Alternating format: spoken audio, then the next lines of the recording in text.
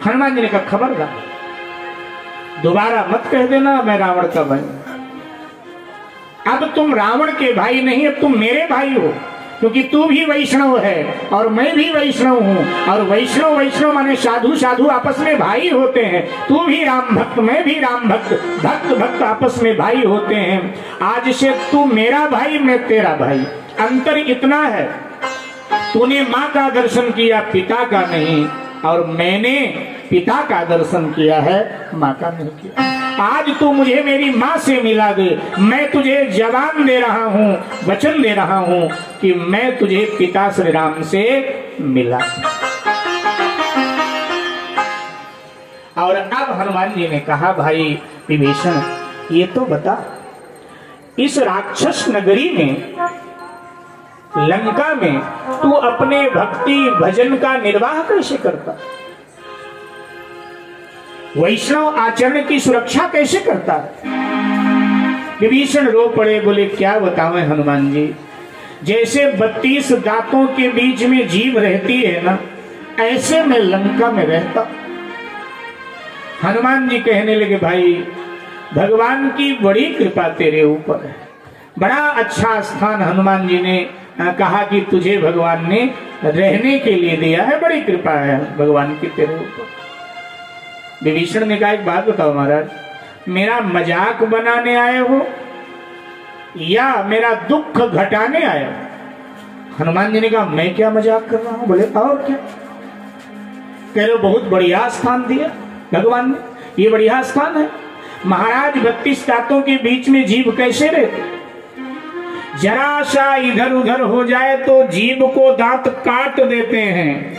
ऐसे हम भी रावण के प्रतिकूल जरा सा इधर उधर हो जाए तो रावण मार डाले महाराज हमको। घुट घुट कर जी रहे हैं महाराज। हनुमान जी ने विभीषण से कहा विभीषण भाई एक बात बता, पहले जीभ आती है या पहले दांत आते हैं? विभीषण ने कहा नहीं महाराज, पहले तो जीभ आती। बोले दांत? बोले बाद में आते हैं। बोले अच्छा जाता कौन है, पहले जीभ जाती कि पहले दांत जाते हैं? बोले नहीं महाराज, दांत पहले जाते हैं। दांत अक्कड़ होते हैं इसलिए जल्दी टूट जाते हैं, जीभ विनम्र है इसलिए चिरंजीवी है, दांत काटने का काम करते हैं इसलिए जल्दी टूट जाते हैं, जीभ समन्वय का काम करते इसलिए चिरंजीवी है। जो समाज को, परिवार को, देश को काटने का काम करता है वो जल्दी टूट जाया करता है, लेकिन जो समन्वय विचारधारा का होता है वो जीभ की तरह चिरंजीवी हो जाया करता है। जीभ उपकारी है और दांत अपकारी है। जीभ, दांत में दर्द हो रहा हो तो जीभ पूरी रात सोती नहीं है, उसको लगता है मेरा पड़ोसी दुखी है, मैं सोऊं ये ठीक नहीं। और बार बार जाकर के जिस दांत में दर्द हो रहा होता है उसको सहलाती है और पूछती सर अब कुछ आराम है क्या, अब ठीक है तबीयत आपकी, बार बार जाकर वहां लगे। लेकिन जीभ इधर उधर हो जाए तो दांत काट देते हैं। साग भाजी खाते समय कोई तिनका कुछ दांत में फंस जाए तो जीभ को लगता है तीसरा कौन आ गया हम दोनों के बीच में, अरे जैसा भी दांत है तो मेरा पड़ोसी, कोई तीसरा मेरे पड़ोसी को दुख दे ये ठीक नहीं। तो जीभ जब तक उस तीसरे को निकाल के फेंक नहीं देती दांतों से तब तक जीभ आराम नहीं करती, बार बार जाकर के टकराती है। जो भी तिनका आदि फंसा होता है जब बाहर फेंक देती है तो चैन लेती है। और हम लोग, हमारे पड़ोसी से किसी का झगड़ा हो रहा हो तो हम दरवाजा बंद कर लेते हैं, हम कहते हैं अच्छा है बढ़िया हो रहा है। नहीं, पड़ोसी ही सबसे पहले अपने दुख में काम आता, इसलिए कभी भी पड़ोसी से बिगाड़ के नहीं रखना चाहिए, पड़ोसी से सदा बना करके रखना चाहिए, पड़ोस हमारा ठीक ठाक। मेरे भाई बहन, हनुमान जी ने कहा अच्छा एक बात बताओ, जब दांत में दर्द होता है तब डॉक्टर के पास कौन जाता है कहने कि भाई दांत में दर्द हो रहा है और इसको निकाल दो? विभीषण ने कहा महाराज जीभ ही बोलती है। बोले तो चिंता क्यों करते हो, दांतों का बहुत बड़ा डॉक्टर कुछ दिन बाद आने वाला है समुद्र के किनारे। जय जय, बहुत अच्छा, बहुत भक्त हैं भैया, नाम मैं भूल गया, नोनू ढोल वाला, बरेली तक भैया का नाम है। एक बार ताली बजा दो भैया के लिए। बहुत सुंदर, बहुत सुंदर। जलंधर, बहुत सुंदर, बहुत सुंदर। एक बार ताली तो बजाओ, आपने बजाया नहीं। हाँ ये बात है। जय जय श्री सीताराम, जय जय श्री सीताराम, जय जय श्री सीताराम। तो कहा दांतों का बहुत बड़ा डॉक्टर आने वाला है, जा करके जीभ हिला देना कि सरकार राक्षस रूपी दांत हमें बहुत पीड़ा दे रहे हैं, बहुत दुख दे रहे हैं, इनको जरा निकाल दो। राम जी बाण मार मार करके राक्षस रूपी सभी दांतों को लंका से निकाल कर बाहर फेंक देंगे। जैसे सब दांत गिर जाते हैं, अकेली जीभ बचती है, ऐसे लंका में भाई तू अकेला ही बचेगा और कोई बचेगा नहीं, चिंता नहीं। एक बार दांतों का झगड़ा हो गया जीभ से। दांतों ने कहा तू निकल इस घर से, बाहर निकल। तो जीभ ने कहा ऐसा मत करो, मैं पहले आई हूं, तुम लोग बाद में आए हो, इसलिए रहो, देखो जियो और जीने दो, तुम भी रहो मुझे भी रहने दो। बोले नहीं, भले ही तू पहले आई है लेकिन तू अकेली है, हम 32 हैं, इसलिए निकल। तो जीभ ने कहा 32 तो हो, लेकिन मेरी मेहरबानी से इस घर में टिके हो, अगर हम चाहें तो चुटकी बजाते निकल जाओ। दांतों ने कहा वो कैसे? जीभ ने कहा किसी तेज तर्रार आदमी को हम गाली दे दें, एक ही तमाचा मारेगा, 32 बाहर हो जाओ, एक ही तमाचा पड़ती। इसलिए अच्छा है कि हमें भी जीने दो और तुम भी जियो। हनुमान जी ने कहा भाई विभीषण चिंता न कर, बस समझ ले कि तेरा भी दुख अब दूर ही होने वाला है। अच्छा अब मुझे मां से मिलवा। विभीषण ने जुगती बता दिया, जुगती विभीषण सकल सुनाई, जुगती बता दिया कि ऐसे ऐसे चले जाओ, रास्ता बताया। यहां से श्री हनुमान जी महाराज लघु रूप लेकर अशोक वाटिका में प्रवेश कर गया। जा करके देखा जगदम्बा सीता एकदम कमजोर हो गई, आंखें अंदर को धंसी हैं, केश मैले हो गए, शरीर काला पड़ गया, हड्डियों का ढांचा मात्र, नेत्र मां के अपने चरणों पर हैं और जिह्वा पर हरि नाम मां के है, जिह्वा से हरि नाम जप रही हैं और आंखें अपने चरणों पर टिका रखा। मेरे भाई बहन, अब यहां कई लोग ये प्रश्न करते हैं कि ऐसा क्यों, निज पद नयन दिए मन राम पद कमल लिए। सीता जी ऐसा करके संसार की माताओं बहनों को संदेश दे रही हैं कि हर नारी की दृष्टि अपने आचरण पर होनी चाहिए, कहीं मेरे चरण कुमार्ग की ओर तो नहीं जा रहे। और अगर नारी स्वयं अपने आचरण का ध्यान रखती है तो रावण जैसों के लंका में रह करके भी वो सुरक्षित है, कोई उसका कुछ बिगाड़ नहीं सकता। हनुमान जी विचार करने लगे, मैं सीधे माँ के पास जाऊं, माँ की मेरी कोई पुरानी जान पहचान नहीं, कहीं माँ चिल्लाना चालू कर दे, राक्षस आ जाएंगे तो युद्ध करना पड़ेगा। अच्छा अगर जाऊं तो किस भाषा में बात करूं, अभी थोड़ा अंधेरा भी है। ऐसा करता हूं, जब सूर्य उदय हो जाएगा तब अवसर देखकर मां से मिलूंगा। जिस अशोक वृक्ष के नीचे मां बैठी हैं, हनुमान जी लघु रूप लेकर के उसी अशोक वृक्ष के ऊपर चढ़ करके सघन पल्लुओं में छुपकर बैठ गए। विचार करने लगे कि मां से किस भाषा में बात करूं, सिंहली भाषा बोलूं, लंका की भाषा। अगर ऐसा करूं और मां कहीं समझ ले कि ये राक्षस है कोई, तो संस्कृत भाषा में बात करूं। फिर हनुमान जी को लगा संस्कृत तो रावण भी बोल लेता है, लंका के लोग भी संस्कृत बोल लेते हैं, कहीं माँ को फिर लगे कि कोई राक्षसी। तो हनुमान जी को लगा मैं अपनी भाषा बोलूं, कन्नड़ भाषा, हनुमान जी कर्नाटक से है ना, हम अपनी कन्नड़ भाषा बोले। तो लगा पता नहीं माँ मेरी भाषा न समझ पाए। हनुमान जी ने निर्णय लिया दो भाषा में बात करूंगा, या तो मैं मैथिली भाषा में बात करूंगा जो माँ के मायके की भाषा है, और या तो अवधी भाषा में बात करूंगा जो माँ के ससुराल की भाषा है, अवधी बोलूंगा। ये अपने आप से हनुमान जी कह रहे थे, अपने आप से। इतने में तो यही अवसर रावण का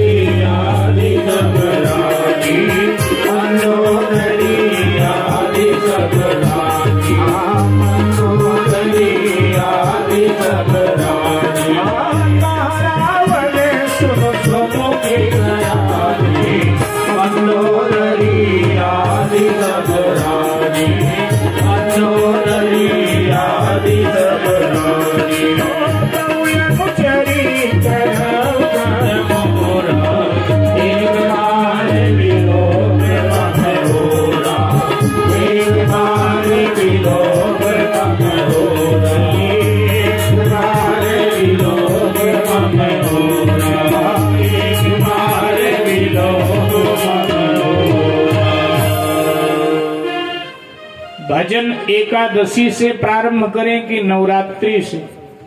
अगर ऐसे विचार में हम खोए रहे, कोई न कोई विघ्न आएगी, कोई न कोई बाधा आएगी। इसलिए विचार आते ही भजन प्रारंभ कर देना चाहिए। हनुमान जी भाषा के चक्कर में पड़े थे, किस भाषा में बात करूं, कैसे बात करूं। तब तक रावण आ गया, क्योंकि रावण प्रातः काल की वेला में रोज आता था सीता जी को प्रणाम करने। अपने रानियों को संग लेकर रोज ब्रह्म वेला में आकर प्रणाम करके चला जाता था। सो आज भी आ गए, और आते ही माँ सीता से कहने लगा, हे सुंदर मुख वाली सीते, हे सयानी सीते। अब आप कल्पना करें, अभी हनुमान जी ने जब देखा माँ कैसी लग रही थी, भैया थोड़ी देर, कैसी लग रही थी माँ? सुरूपवान या कुरूपवान? काली हो गई है, शरीर हड्डियों का ढांचा मात्र है, आहा, केश मैले हो गए माँ के। फिर भी रावण कहता है, सुंदर मुख वाली सीते, ऐ सयानी सीते, हमारे आपके सौंदर्य के परिभाषा से रावण के सौंदर्य की परिभाषा विलग है, अलग है। हेलो, रावण कहना चाहता है, राम जी, जिस मुख से हमेशा श्री राम श्री राम श्री राम निकलता है, वही मुख। लोकेशन भेज दूं मैं? हाँ जी, लेकिन वो तो जिसकी प्रीति श्री राम के चरणों में है वही सयाना है। इसलिए कहता है, सुंदर मुख वाली सीते, ऐ सयानी सीते, पन मोरा, मेरी तो प्रतिज्ञा है, मैं जब भी मरूंगा श्री राम के हाथों मरूंगा, और मैं श्री राम के हाथों मरूंगा, मुझे मोक्ष मिल जाएगा। लेकिन श्री राम मर्यादा पुरुषोत्तम है, वो मेरी पत्नियों पर हाथ नहीं उठाएंगे तो मुझे मोक्ष मिल जाए, मेरी पत्नियां संसार सागर में डूबती रहें, ये मुझे मंजूर नहीं। मैं चाहता हूं तो अनुचरी करूं, अपनी पत्नियों को आपकी दासी बना दूं, और अगर हमारी पत्नियां दासी बनकर आपकी सेवा करेंगी तो इस पुण्य से हमारी पत्नियों का भी उद्धार हो जाएगा। सो एक बार मेरी ओर देखकर मुझे आश्वासन दिला। क्या मेरी पत्नियों को अपनी दासी स्वीकार करेंगी आप? सीता जी ने कहा, मूढ़, तू बार बार आकर मेरे भजन में बाधा मत डाला। मैं स्वयं रघुनाथ जी की दासी हूं, मैं किसी को क्या अपनी दासी बनाऊं? तेरी पत्नियों का उद्धार हो ना हो मेरी कोई जिम्मेदारी नहीं। तो बार बार मुझे आकर के मत बोला कर इस तरह। रावण क्रोध में भर गया।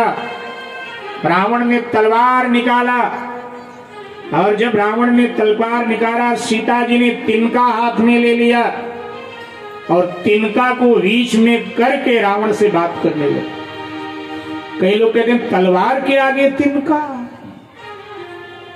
तो तिनका क्यों लिया माने हाथ में? तृणधरी ओट कहत वे देहि मानसकार लिखते हैं, तिनका क्यों लिया हाथ में? पहला अभिप्राय हमारे महात्मा लोग बताते हैं कि अब जवाब देना है तो सामने देखना पड़ेगा, रावण के सामने देखना पड़ेगा। अब पतिव्रता स्त्री पर पुरुष से आंख मिलाए, ये कैसे संभव? तो इसलिए तिनका बीच में ले लिया, क्योंकि मजबूरी है, वहां कोई पर्दा नहीं है, इसलिए तिनका ले लिया आंखों के सामने। एक अभिप्राय। दूसरा अभिप्राय, रावण के तलवार को मां कहना चाहती हैं कि तेरे तलवार को मैं तिनका समझती हूं, अर्थात तेरा तलवार मेरा कुछ बिगाड़ नहीं सकता। तीसरा अभिप्राय, सीता जी रावण को याद दिलाती हैं कि तू मुझे जानता नहीं, मैं कौन हूं। वाल्मीकि के रामायण में प्रसंग आता है, महर्षि वाल्मीकि भगवान ने प्रसंग लिखा है। ये जो सीता यहाँ लंका में कौन सी सीता है? कल बताया था आपको, कल ही बताया था कौन सी है। हाँ, परछाई है, माया की सीता है, यह असली सीता नहीं है। ये माया की सीता आई कहां से? वेदवती नाम की राजा धर्मध्वज की पुत्री सतयुग में साधना कर रही थी कि मुझे पति के रूप में भगवान मिले। रावण उस समय दिग्विजय कर रहा था, विमान से रावण गुजर रहा था, तो रावण ने देखा जैसे कि एक युवती और साधना में लगी है जंगल में। रावण सौंदर्य देखकर मोहित हो गया। रावण वेदवती के पास गया और कहने लगा कि तुम मुझे पति के रूप में स्वीकार कर लो। वेदवती जी ने कहा कि मेरे लक्ष्य तो भगवान है, मैं भगवान को पति के रूप में स्वीकार करूंगी। रावण ने वेदवती की बेड़ी पकड़ लिया और बेड़ी पकड़ करके वो घसीटना चाहा कि मैं तुझे लंका ले चलूंगा। वेदवती जी ने एक तिनका उठाया, तिनके को तलवार बनाया और अपनी बेड़ी को काट दिया। वेदवती जी अंतर्ध्यान होती हुई बोली कि तूने मेरे वेणी को पकड़कर मेरा अपमान किया है। रावण, इस अपमान का मैं बदला तुझसे जरूर लूंगी कभी न कभी। तू मुझे लंका ले जाना चाहता था, मैं लंका आऊंगी, लेकिन मेरे लंका आने से तेरा विनाश हो जाएगा। वही तिनका उठा करके आज सीता जी बता रही हैं कि तब भी तू मेरा कुछ नहीं बिगाड़ पाया था। मैंने तिनके को तलवार बना दिया था और तू मेरा कुछ बिगाड़ नहीं पाया था। अब भी तू मेरा कुछ बिगाड़ नहीं पाएगा, क्योंकि अब मैं धरती की बेटी हूँ और जितने वनस्पतियां हैं ये सब मेरे भाई बहन हैं और तू मेरा कुछ बिगाड़ नहीं पाएगा। ये तिनका मेरा भाई है। और मेरे भाई बहन एक बहुत बड़ी बात बता रही हैं सीता जी कि भाई कितना भी कमजोर हो, भाई कितना भी कमजोर हो, लेकिन वो बहन के साथ है तो बहन उसकी सुरक्षित है हमेशा। तो सीता जी कहती हैं ये तिनका मेरा भाई है, ये मेरे साथ है तो मैं सुरक्षित हूँ, मुझे भय मत दिखा। जैसे इतना कहा रावण और क्रोध में भर गया, माँ को मारने के लिए दौड़ा। मंदोदरी बीच में आ गई, उसने कहा खबरदार मेघनाद के पापा, तलवार म्यान में करो और सीधे महल को चलो। और जैसे मंदोदरी ने फटकारा तो रावण ने डर के मारे तलवार म्यान में कर लिया। तो हमारे बरादरी वाले कम हैं और हैं भी तो पीछे हैं बेचारे, हम लोगों को पीछे ही रहना पड़ता है। भाई क्या करें, चलन आजकल आप ही लोगों का, कुछ आगे बैठे। रावण से सारा संसार डरता था लेकिन घरवाली से रावण भी डरता था भैया, क्योंकि मंदोदरी ने कहा तो रावण ने तलवार म्यान में कर लिया। इसलिए जब मंदोदरी बोले तो आप सब भी तलवार म्यान में कर लिया करो, तभी घर में शांति रहेगी। अगर उन्होंने बोला और तलवार आपने म्यान में किया नहीं तो फिर तो अशांति हो जाएगी। इसलिए रावण ने भी तलवार म्यान में किया और दुनिया के पुरुषों को बताया कि भैया घरवाली से मैं भी अपने डरता था। और रावण कहने लगा राक्षसियों से, इसको भय दिखाओ, इसको डराओ, जिससे ये हमारी बात मान ले, अन्यथा 1 महीने के बाद मैं इसको मार दूंगा। ये कह करके रावण मंदोदरी के साथ चला गया। राक्षसियां नाना रूप बनाकर जगदम्बा को डराने लगी।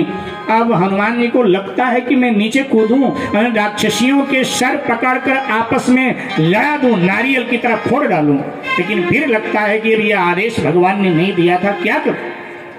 मेरे भाई बहन सीता जी विलाप कर रही हैं। उसी समय त्रिजटा आ गई। त्रिजटा विभीषण की तरह ही भगवान श्री राम की भक्त है। त्रिजटा नाम राक्षसी एका, राम चरण रति निपुण विवेका, बड़ी बुद्धिमान है, श्री राम के चरणों में प्रेम है। त्रिजटा आ गई। त्रिजटा ने आकर के राक्षसियों को फटकार लगाया, जगन माता को पीड़ा दे रही है। सुनो सुनो, इनकी जो सेवा करेगा, इनकी जो सेवा करेगा वही जीवित बचेगा। अभी अभी मैंने सपना देखा, एक वानर आया, लंका जला दिया, रावण की सारी सेना मारी गई। रावण गधे पर आरूढ़ है, नग्न है, उसका सिर, उसकी भुजाएं खंडित हैं, दक्षिण दिशा की ओर जा रहा है। लंका में भगवान के नाम की दुहाई मच रही है और